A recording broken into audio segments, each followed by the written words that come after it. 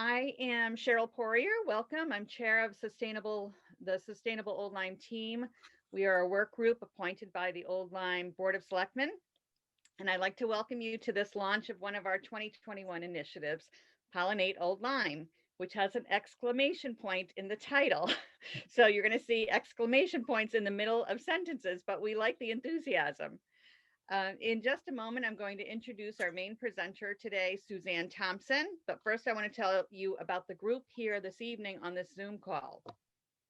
You all are comprised of people who range from master gardeners to newly plant curious, real newcomers to this whole idea, and everything in between.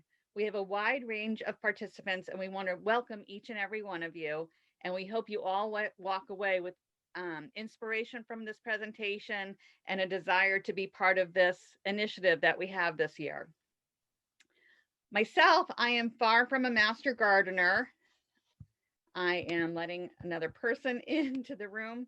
And I've had an exciting time learning from my project co-lead, Suzanne. This past year, like many people, my husband and I were home. And like a number of people, I was getting nervous about sources of safe food. So after not having a garden in something like 25 years, my husband and I decided to vegetable garden. And it was an awesome way to spend the summer. And so many times I'd be out there and would be getting the biggest kick out of hearing the bees buzzing so loudly as they went about their business of pollinating my eggplant flowers or tomato flowers. And then through the spring and summer, we noticed more and more types of birds and spent more time checking out our Peterson field guide to see what was landing on nearby branches. And then something very jarring happened. That storm in August, when many of us lost trees and power. And what did I notice first? The quiet. The birds had left, and many of them, in particularly the robins, didn't return for us this past year at our house. And I'm hoping they'll come back this spring because I really do miss them. And I realize how much pleasure my little chirping friends brought me.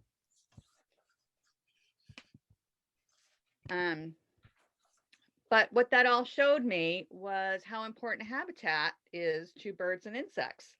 And that's why this initiative is so important. So with that, I want to introduce Suzanne Thompson. Suzanne is a lifelong gardener and a professional garden writer. She wears multiple hats and is involved in several causes that revolve around plants, nature, and the environment. She's lived in Old Lyme since 2002 and regularly battles deer ticks, invasive bittersweet and barberry, and most recently Japanese knotweed with her Nip the Knotweed campaign launched last summer in Old Lyme. Suzanne has written gardening columns and other features for local newspapers, including The Day and the Lyme Times, Elon Magazine, and most recently Lyme Old Lyme Neighbors.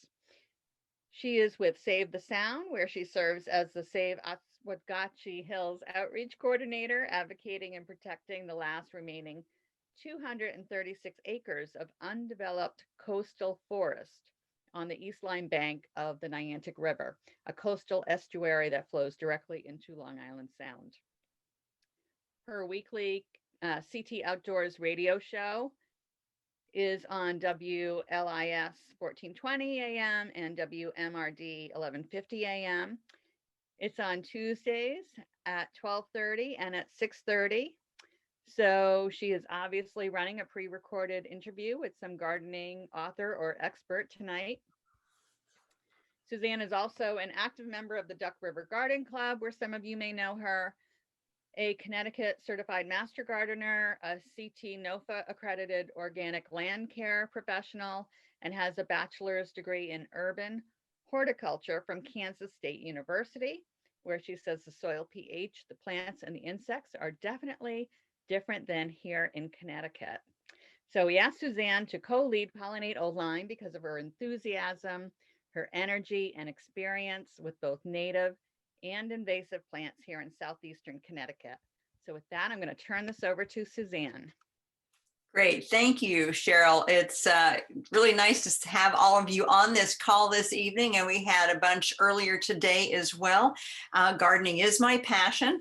Love to share it with you. And any gardener, any real gardener will admit that, yeah, we kill off plants in the process, and that's okay. Some intentionally, some not, but it's all part of the learning curve. And you're a real gardener if you can admit that. So don't be intimidated by somebody who says that they are a gardener. You might have heard in the last couple of years talk about pollinator pathways in Connecticut. And there was starting in 2017, an effort to launch a pollinator pathway program. I'll tell you a little bit more about that and how we fit into it. But we are doing it in Old Lyme in 2021 as a community-wide initiative with the emphasis, yes, it is on plants, but it's on plants because of what they feed. Pollinating insects, bees, butterflies, other insects, birds, wildlife. So it's a concept of we actually want to grow plants to feed other species. You know, usually we think about we're battling against nature and we don't want something to eat our plants, especially deer, and that still holds true, but we are trying to support our native ecosystems. And we all have to deal with the deer with fencing, sprays, or choosing plants they're less likely to eat.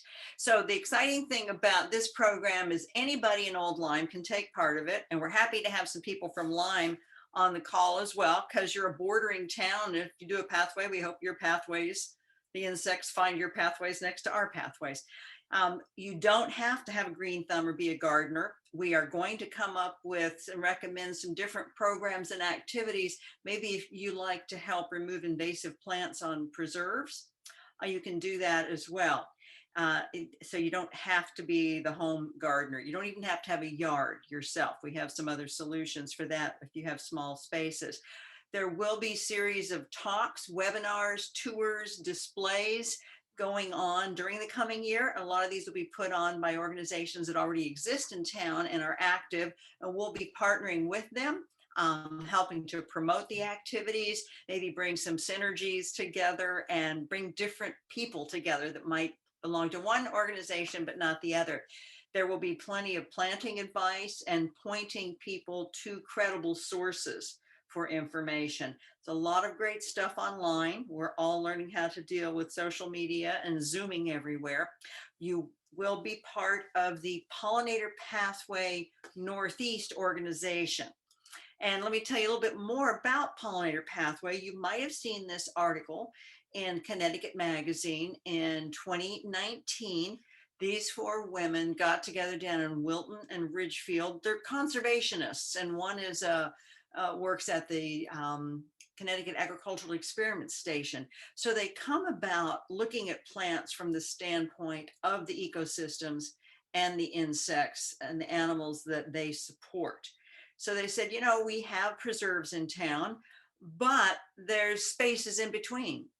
We want to help. We have a lot of other space in our yards and areas that could connect and form natural green corridors like they used to be before human beings started chopping up, putting in roads, developments.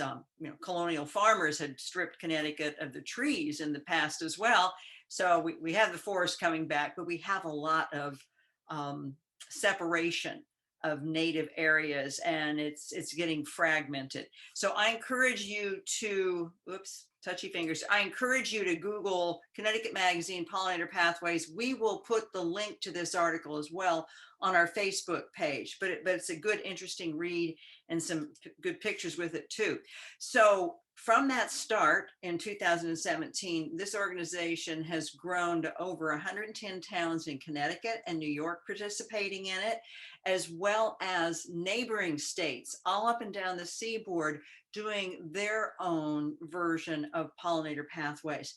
And all of us that are doing this can use this cool logo. There are signs that you can buy to put in your garden that says, I'm on the pollinator pathway. You'll hear about that later this year. So they make it really simple. They've got good templates and materials that we can follow, and they point to credible resources for information. Their website, and I encourage you to spend some time on it, is phenomenal.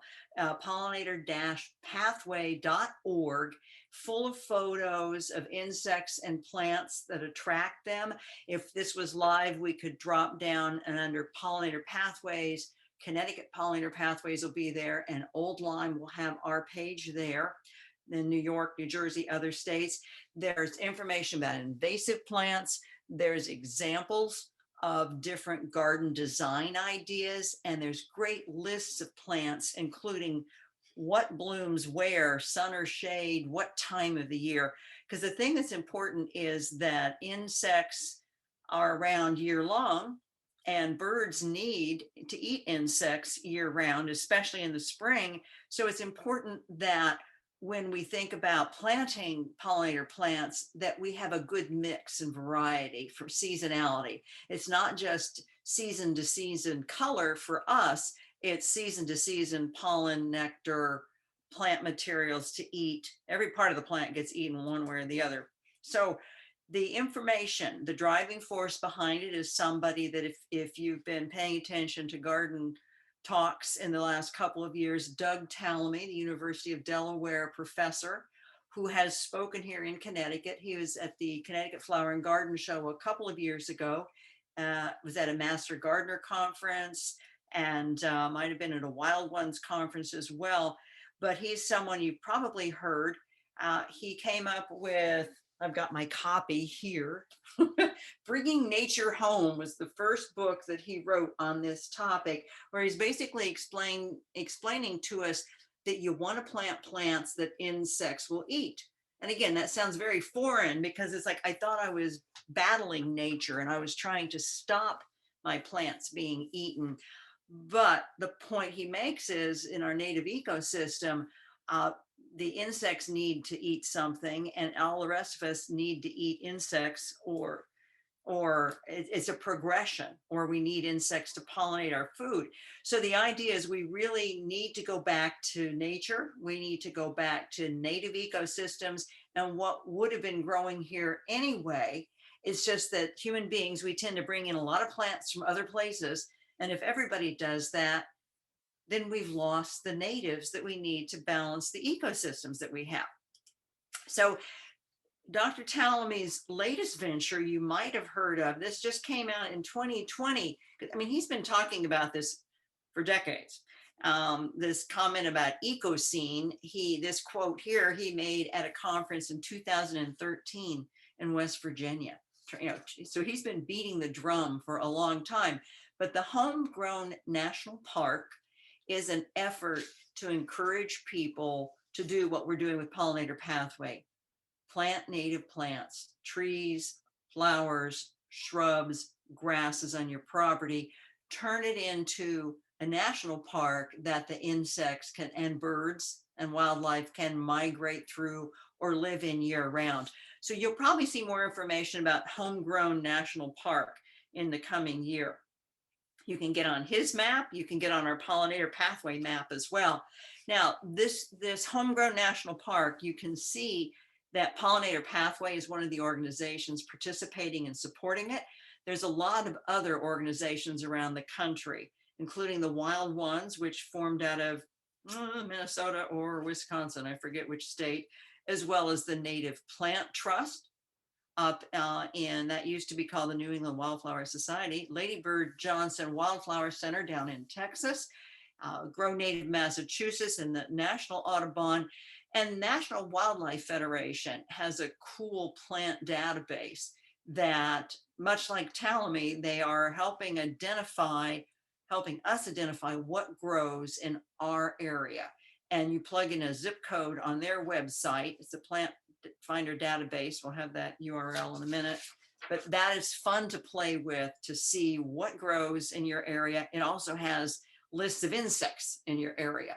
So if you want to have pretty butterflies and moths, you're going to have caterpillars, because where do you think butterflies and moths come from? The life cycle does include being a caterpillar. So some scary statistics we'll see in just a minute. But the reason we're doing this is we've done such a good job of transitioning away from native ecosystems with our own little lawns and maybe golf courses and parks and other things, that we really need to come back to naturalized settings, providing a portion of it or area of it so there is room and support and shelter for native species of insects and birds and wildlife.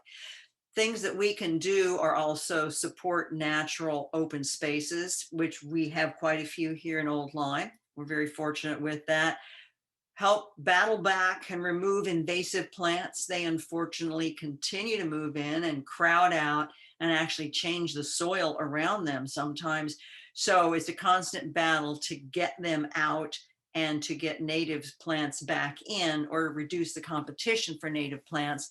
And in the process, we also need to use practices that not using pesticides, not using insecticides, limit your use of fertilizer, only apply what you need, so you're not sending nitrogen, phosphorus into the Long Island Sound or your own groundwater. So those are some of the principles and things that we do through the pollinator pathway effort. The world does depend on insects. That might sound kind of disgusting when you stop and think about it, that if it weren't for blowflies and maggots and other things, we'd be sitting in a lot of stuff that we wouldn't want to be sitting in. But we need insects, and insects need certain plants to survive. For example, this fritillary butterfly here. That it is on a New York ironweed plant right now, but it has a very important relationship with violets, and other fritillaries do as well. This is a greater fritillary. There's little fritillaries, but native violets are very important in their life cycle. Equally, you can see here, there is a monarch caterpillar, and this was at Mile Creek School. This is Bartlett outside the kindergarten, always has her monarch gardens there. She's retired now, but you will see monarch butterflies fluttering around on butterfly bushes, which are not native, and other plants, but the caterpillars have to eat the milkweed. So that's a special host-specific relationship. The New England asters over here, which bloom later in the year, in the fall, also are an important host for different insects. So 90%. Yes. I just want to say your cursor is very tiny. So I just want to go back to the caterpillar. That's the center picture. Yes. Kind of just north of the dead center, where if you can see Suzanne's little cursor. Yeah, see my thumb? Go up 3 leaves. There's the monarch caterpillar right over at Mile Creek. And these asters, by the way, here on the right, those are from the Old Lyme Police Department, where Duck River Garden Club has put in a native pollinator garden as well. Here's your fritillary butterfly. So, when I came to New England, I'm like, oh, good, I'm slowing down. Instead of living in a condo somewhere, I am going to feed the birds. I felt so good that I was putting out bird feed for the birds, and I'm sure the squirrels appreciated it too. And as I read Talamy's book, I realized little baby birds don't eat bird seed. Little baby birds have to eat soft, squishy caterpillars in the spring. And there's more nutrients and juice and everything in there for them.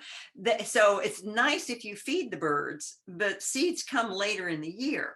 So in the spring, when the little birds are fledging and hatching, they largely survive on squishy worms, spiders, maybe some mosquitoes later on, but 96% of birds depend on insects and spiders to feed their young. So that's why we have to have insects on some of our plants. Something like an oak tree, which is a great host tree to all sorts of different species of insects. And all of these other animals here, insects are an important part of their diet. The fox, 25% of their diet is made up of insects. I didn't realize that. And certainly possums, bats. Hopefully the bats are surviving to eat the mosquitoes. So it really is a circle of life, and insects play a primary role in that. And of course, we depend on pollination for a lot of our favorite foods and a robust food supply. So this picture I snapped at the 2019 Connecticut Flower and Garden Show. Someone had put on the display showing what you would have on the left-hand side, the shopping cart, if we didn't have pollinators, more food in the shopping cart on the right-hand side. I noticed today that we could at least have beer, even if we didn't have pollinators. That was kind of comforting. I don't see wine in either basket. You can't buy wine at IGA. That's the problem. But there's a lot of foods that we wouldn't have, including almonds, a lot of fruit juices. I think I see salsa in there. So the point is we depend on pollinators as well. And certainly, the monarch butterfly and the European honeybee have kind of become the poster bugs, the poster children for pollinators, but so many native pollinators don't get the recognition that they deserve. There's a lot of solitary bees and flies that we really need. And the last thing they need to run into is insecticides or running out of habitat that they need to feed on. So let's talk about what a pollinator garden is, or a pollinator pathway, because it doesn't always have to be a garden. If you thought that these green things were, say, land trusts, preserves, parks, open space in a community, these blue boxes are homes, properties. Well, it's kind of hard for the insects to get from here, where there might be plants and flowers that they need, over to this one. But if somebody started to plant more pollinator plants along the way, then you start to provide for a pathway, and that begins to provide more food in general, as well as the insects can hop from place to place and the birds can hop from place to place. So our goal of pollinator pathways is to increase the numbers and locations of native plantings so that plants, the insects and animals can move around and survive. So think of yourself as being along the pathway. Now, it's okay if you don't live between two preserves. We've decided instead of a pathway, we're going to have a bunch of blobs around Old Lyme. It's okay. Anybody anywhere can plant more pollinator supporting plants. And that's what we want to encourage. Why do we need that? We live in a fragmented forest. You can say, yeah, the forest is overtaking us. Well, there's a lot of asphalt in between, and there's a lot of mowed lawns that probably have had insecticides put on them, and those are not good for the insects or the animals. So we also have this problem that if you just all lawn, then how in the world are these animals going to migrate around, and insects migrate around? So there is a need for help reconnect the dots, if you will. The exciting news is you don't have to have a big yard to help out. You can just have a container gardens. You could have window boxes and you would be helping out. Or if you have more substantive flower beds, yards, and lawns, maybe you've got an end of your yard that you'd really like to let it go a bit more. You'd like to let more of a meadow be in it. It doesn't have to be a lawn. So it also, educational displays and teaching gardens count, as do certainly open space meadows. Pollinators do not read the maps. They do not care which town, county, or state they are in. They are just looking for food, shelter, water, and the same with the birds. Nature preserves, as long as they're not overrun by invasive species, also provide very important habitat. And this is Ames Preserve in Old Lyme. This was after the Old Lyme High School Environmental Sciences Club helped to clean up and create a vista where they added a park bench later where you can sit and look over this beaver pond. I think you've got some cattails you can see out in here. And I believe this is native smartweed, this pretty red stuff over here on the left. I snapped that picture this past October. There are invasive smartweeds as well, but I wasn't able to positively identify this one. But many times in your native areas, if the soils are not disturbed, if it's not the roadside, if it's the middle of the preserve, it may very likely invasive plants have not moved in as badly. They like to move in soils that have been disrupted.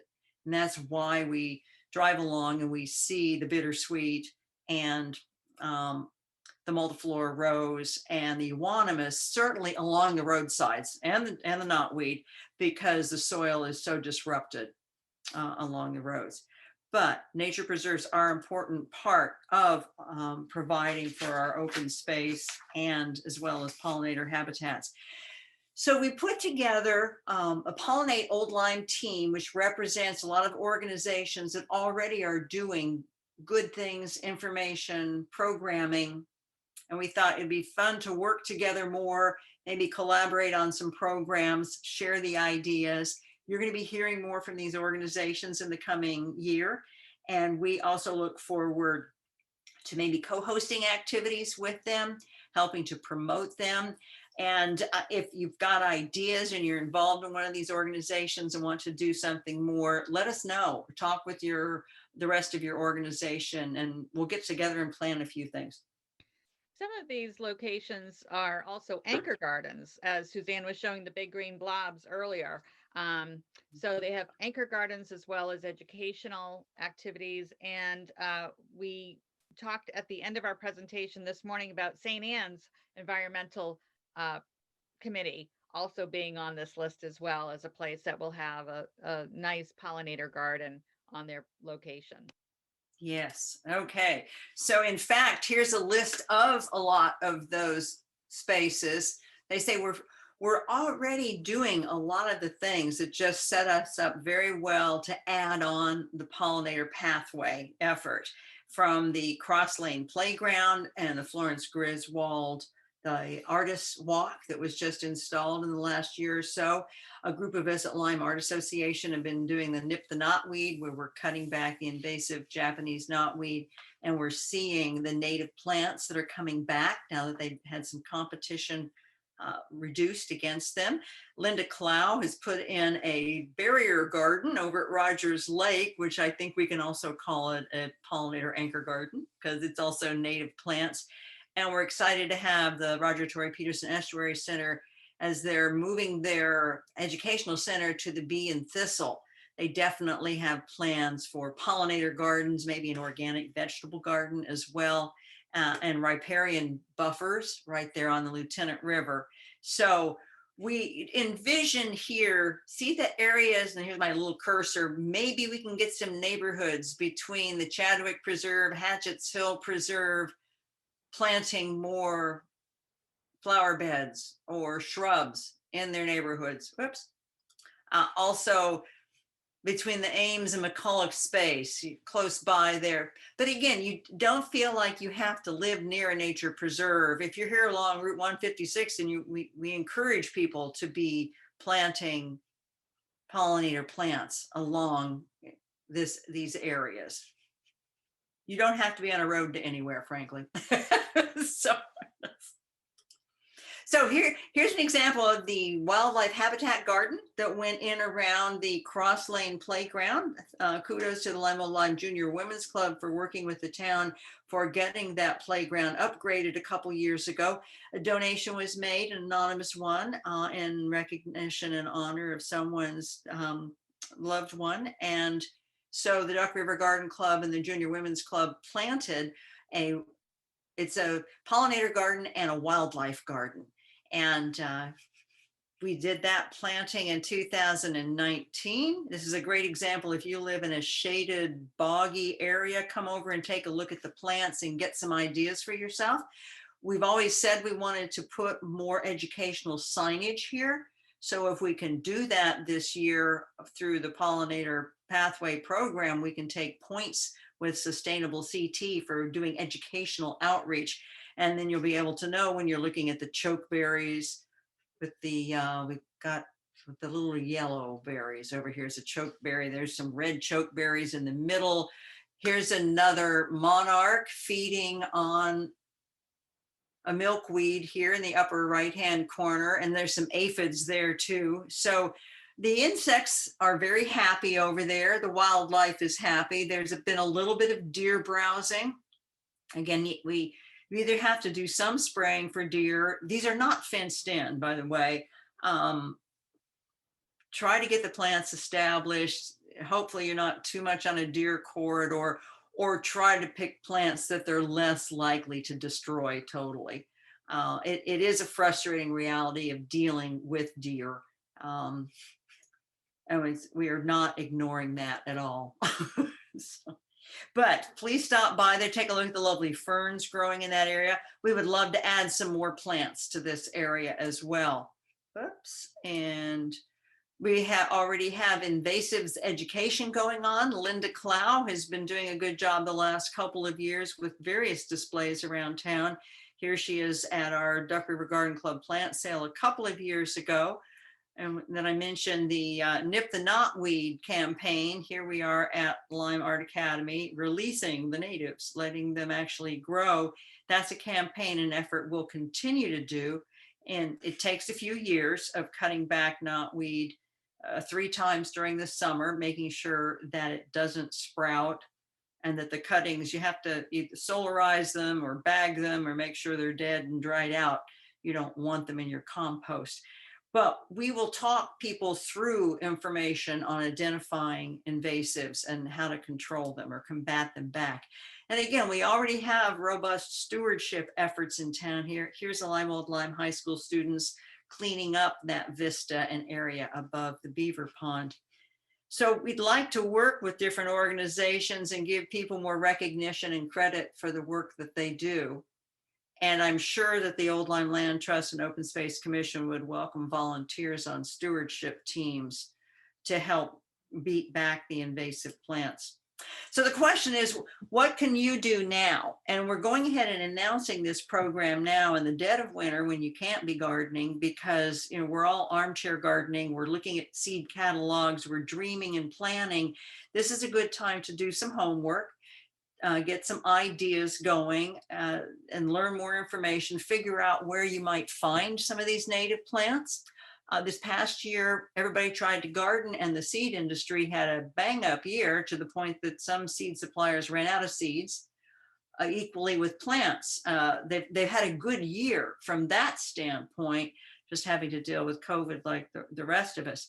So by all means, please like and follow our Facebook page. That's going to be an important way that we share information with people. We will be adding a page for Old Lyme to the Pollinator Pathway.org website. Look under Connecticut Pathways. And feel free to go on there and look at other events in other towns. I've attended a couple of seminars online in New York that I found interesting. It's fun to hear New Yorkers complain about invasive plants and deer as well. So misery loves company. If you haven't read or watched Doug Tell Me Give a Talk, you can find him easily on YouTube. His books are in the Phoebe Griffin Noyes Library. Here's that URL for the Native Plant Finder for the National Wildlife Federation. That's fun to play around on. So I say we will post and remind people of things on our Facebook page at different times, and look for some different programs that you could take in. There is a Mountain Laurel chapter of the Wild Ones organization, which is a native plant advocacy organization. And don't be intimidated that they speak in Latin. They just Latin plant names. Some of these people are they know their native plants, and it's fun to talk with them.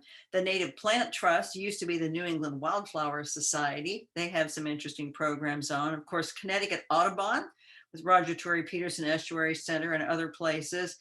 And the ConnecticutWoodlands.org, that's the website for the Connecticut Forest and Park Association. I find that they have interesting programs about trees and forests and wildlife in naturalized settings. It's a different perspective than taking in a garden talk, but they've got some good programs upcoming, and they're generally open, they're free, or there'll be a small registration fee for something. But don't rule out nature and wildlife organizations as sources of information, not just garden clubs.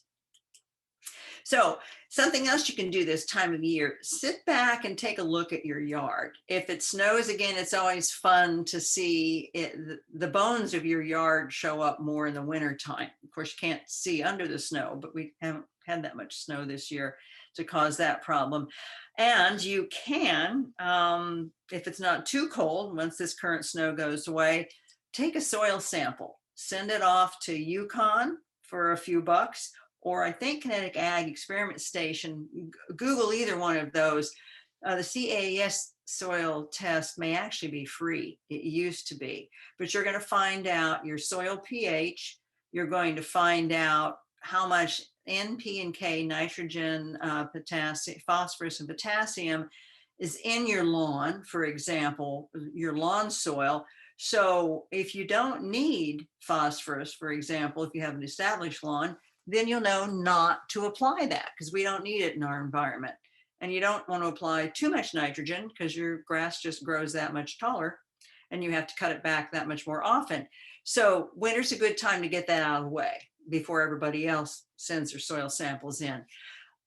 Other things to do, look around and see, is there an area of the lawn that's really not well suited to being a lawn? And could I convert that to a flower bed? There are shaded plants, so you could have a shady bed as well, or a sunny bed. Could you add some native pollinator plants to existing beds? And it's good to have kind of a naturalized area, a wood pile, a rock pile, or some duff. That's an area where a lot of insects will overwinter and hang out. And I mean like brown beetles, black beetles. They're not going to eat your vegetables. They're the decomposer insects. So you need some of those insects in your life and in your yard. So go ahead and leave a little pile of something. And you might have a few little critters too, but that's all a part of nature. Watch the birds. Here I have some sumac that was in the center picture here that was beautiful in red berries and changing leaf color in the fall. It's getting later in the winter, and that is now food for cardinals. And I see them outside feeding on that. These are on my left here, cedar waxwings. Unfortunately, my juniper trees got too big and unruly, and I cut them down, and so I don't see the cedar waxwings sitting on my pergola anymore. They're wondering what I did to my juniper trees, but junipers are a great source of berries for them. And here we have some winterberry.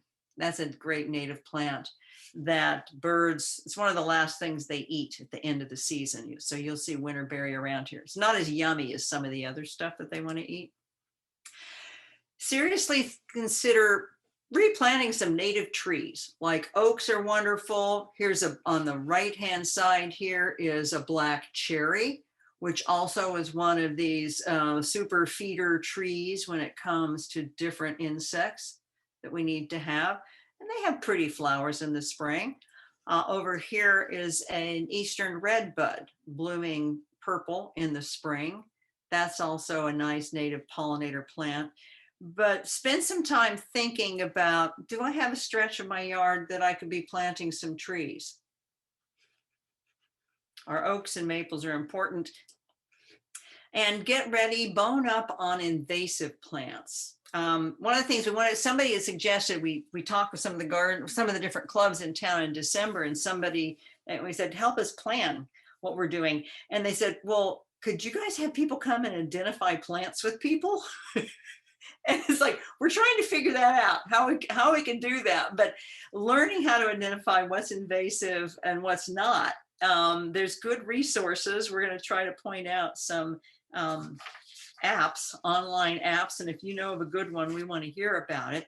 But a very good source is the Central Connecticut Conservation District's brochure, which is online. Cheryl will share the name of it to look it up. We'll send that out on our Facebook page as well, but it is housed on the SIPWIG. SIPWIG is the Connecticut Invasive Plant Working Group website. And the nice thing about this little booklet, which you can download, you might find a few copies in different libraries and places around, is it has good pictures of the invasive plants and good descriptions of them right here. Plus, it recommends how to control them, starting first with mechanical control. and their preference of this Connecticut Conservation District is try mechanical first. They do not really like to use chemical controls, but they recognize that may be necessary in some of the control methods. And you can join our Nip the Knotweed, and we're going to be nipping away this year.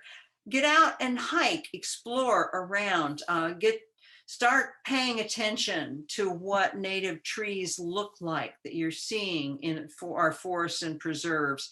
And we'd like to line up a nature hike with a forester that can really help us identify how you can pick out Connecticut's oak tree and mountain laurels.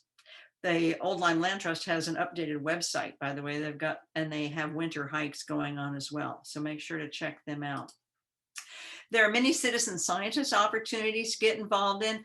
All of these things, you don't have to do any of these. These are just ideas, kind of pick and choose, get in the mood.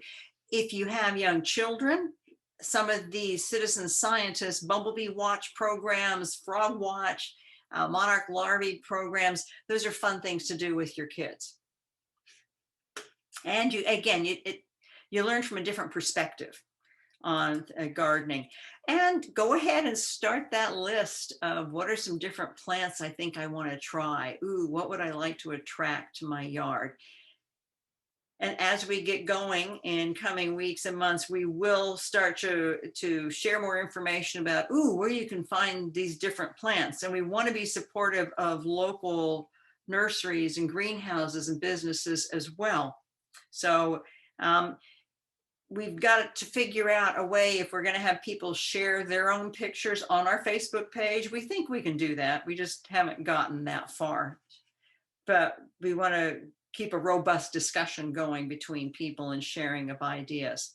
This is where the Pollinator Pathway organization website, they've got these wonderful charts that show you what the plant looks like and when they're going to bloom, when they're going to have color. It's really good. There's more. They also have the same for trees. They have more information on the website for different ways to, like the safe methods for grub control. We know that grubs are a frustrating problem for us. There are some organic methods for controlling them. And it's also dealing with different design ideas of working with native plants. So just a lot of good stuff there. We encourage you to please spread the word, spread the enthusiasm. If you can get some neighbors together or friends together, it's more fun to garden. Gardening really is a social activity, even though we know we have to stay at least 6 feet apart and wear our masks now.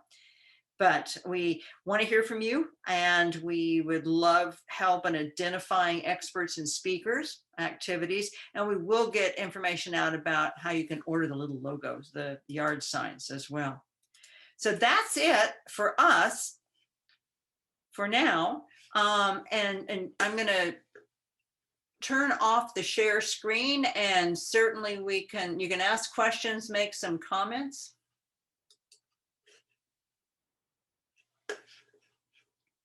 While people are getting their thoughts together, I just want to reassure you again, if you came in late, that we will be sending out an email to everyone who participated today with the PowerPoint presentation, as well as some of the resources Suzanne talked about, and links to things like a really good introduction to Doug Tallamy on YouTube, one of his recent talks that he did.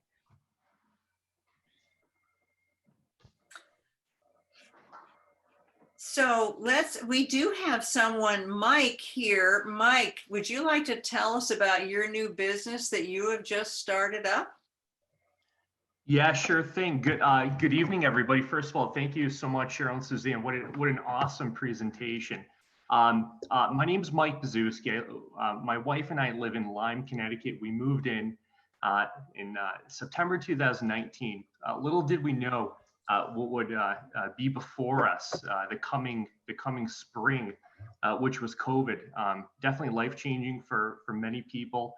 And like many of you, we were not immune from the impacts of COVID-19, but in many ways for us, it was a coming of home, and it allowed us to not only evaluate our our lives in many ways, but also reconnect with nature, right? I mean, seldom did I have an opportunity to take a walk on a lunch break at work, but actually every morning enjoy a cup of coffee in the yard and in the afternoon as well, and be immersed in nature. So the idea to create a company devoted entirely to pollinator gardens is not new, but it's a passion of ours. And aside from our full-time jobs, we decided to go begin this journey.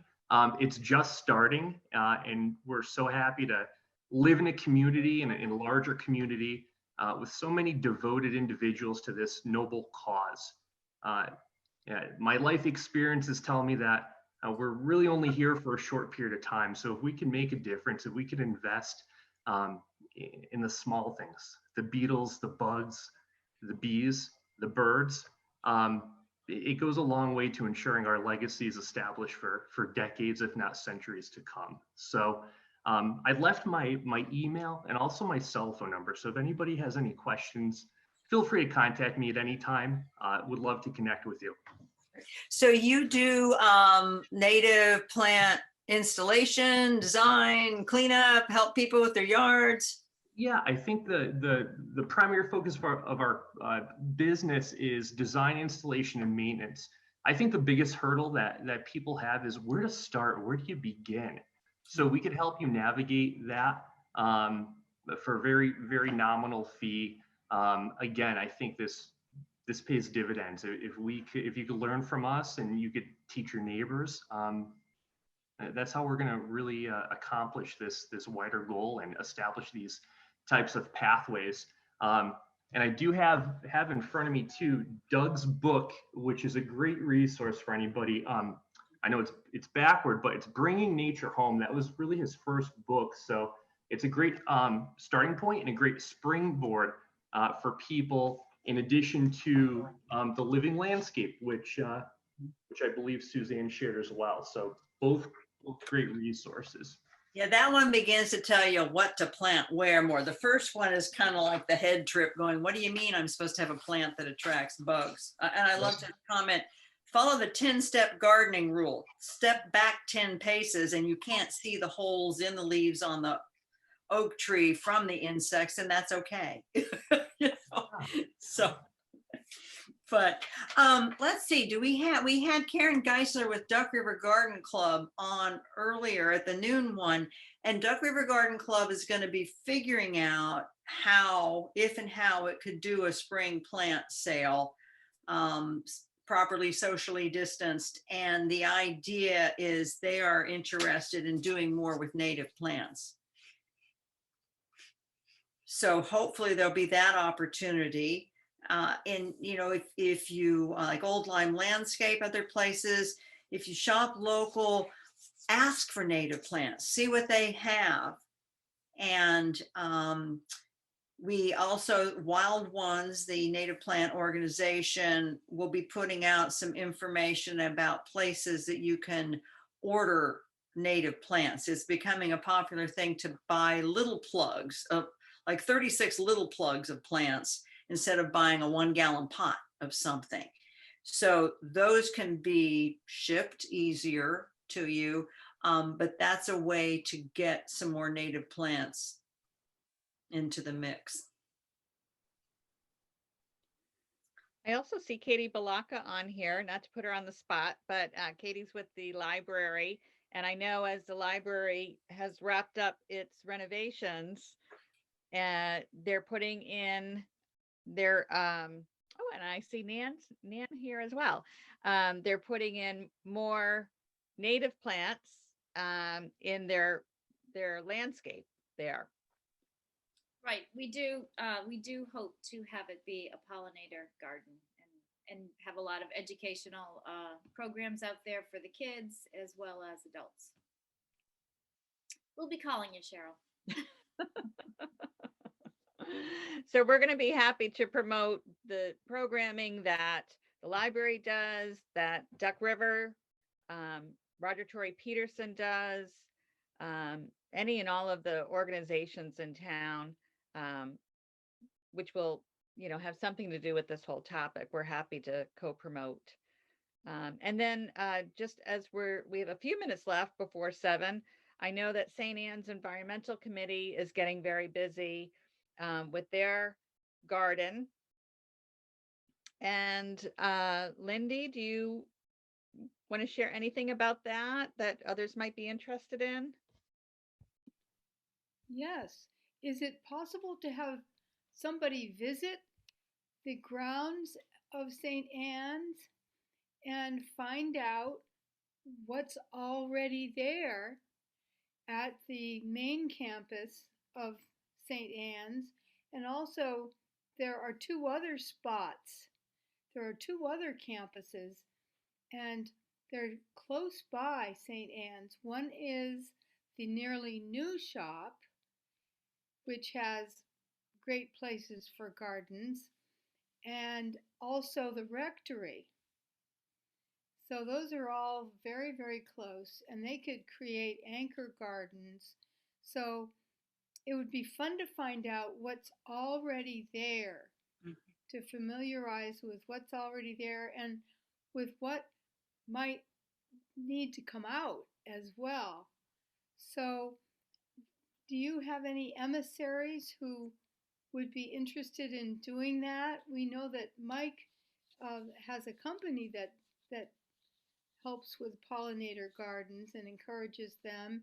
We also have Old Lyme Nursery, Old Lyme Landscape down the road, and we have Riggio's, but I'm not sure who would be willing to just volunteer to come out and take a look around and give us some good advice on starting our pollinator gardens.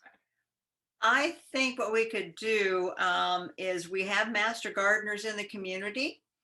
And part of being a master gardener is you are supposed to continue to do outreach. So yes, I alluded to this earlier. It was like, we need to put together a little SWAT team of us that could come out and walk a few places and do that. And in fact, we had Lydia Pan, who is the president of the Wild Ones chapter here locally, came over to the Lyme Art Association, and Petey Reed with Perennial Harmony and a couple of other people. And we said, okay, we've spent all past summer chopping back knotweed. Now, what are these native grasses and sedges and things coming back? So we had a delightful evening last September walking around all, guessing, is this of this, is that of that? We were in the ballpark. I mean, they were getting down to species specific on stuff. So the short answer is yes. As things start, we'll get together with you and try to figure out, maybe we can get Linda. I don't know if Linda Clow is available right now, but yeah. Wonderful. Wonderful. We also have a neighborhood here called Chestnut Hill, and that's in Old Lyme on 4 Mile River Road. And we have quite a few different people, including our select woman, Mary Jo Nosel, who live in this neighborhood. And we're all interested in creating pollinator gardens too. And that is something else an idea we were throwing around, could we create a postcard that people could share with their neighbors to educate them on this and how to work together to create kind of a larger blob, as Suzanne was calling it earlier. So that's great to know. We want to be very respectful of the fact that LYSB has an important program coming up at 7 p.m. So unless anyone has a pressing question, we can wrap it up here. And if you think of questions later on, feel free to email us at that address, pollinateoldlyme@gmail.com, where you were getting your updates. And I promise it won't be tomorrow, but later this week, we'll send out from that address the presentation and then some of these links and information to get you started. So thank you, Suzanne, for such a wonderful presentation. You always deliver, and I'm very happy to be working on this with you. Great, my pleasure, and thank you all of you. Can't wait to see you outside in the garden this year.